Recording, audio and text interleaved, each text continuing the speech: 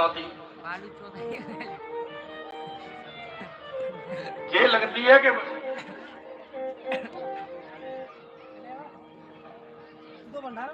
मेरे सरकार वो जमाना अलग था जब दर्पण थे ही नहीं, बहुत ना के बराबर हुआ करते थे। एक दृष्टांत याद आया, पहले दर्पण थे नहीं तो एक परिवार में एक ही बेटा था, तो सुबह उसके पिताजी 4 बजे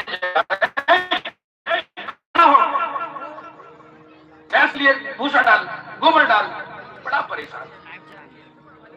एक दिन बाजार में गया तो दुकान लगी थी, तो उसे लगा कि इसमें जैसी झांका तो खुद की शक्ल लगी।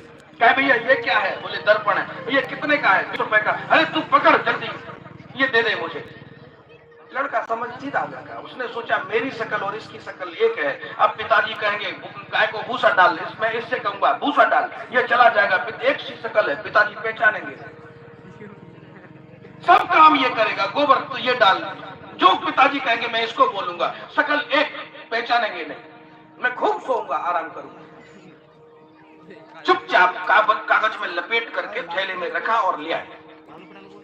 पत्नी बड़ी परेशान की, पत्नी ने कहा क्यों, क्या लेके आए हो? पत्नी से बोले आज ऐसी चीज लेके आए तो देखेगी तो खुश हो जाएगी। अच्छा, माता बहन में ये भयंकर बीमारी है,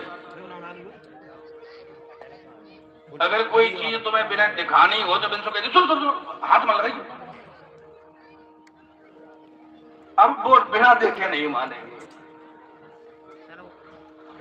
अब जैसे ही वो बाहर गए सोई श्रीमती जी भीतर ऐसी है का, जैसे ही कागज खोल के देखो तो रोन लगी।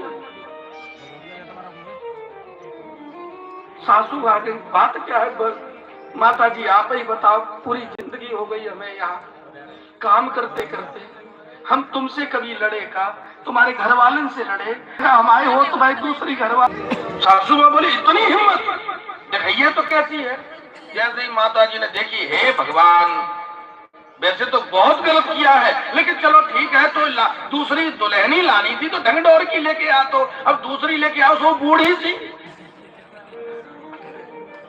माता जी को अपनी शकल, अब तो भैया रो आ गई हो, भब्बर होने लगो। तो ससुर जी को खबर चली, ससुर जी ने कही क्या बात है? बोले देखो अपने बेटा की करतूत, बढ़िया सुंदर बहू, और वो भी दूसरी, अरे दूसरी लाया वहां तक ठीक, लेकिन बूढ़ी सी।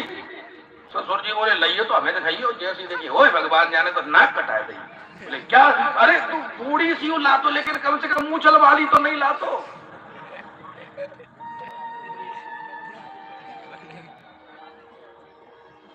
निज मुख मुकर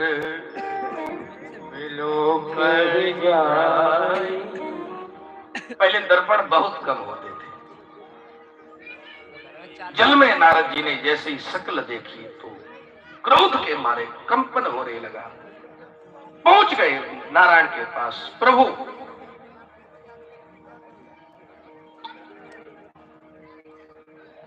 आपने अच्छा नहीं किया,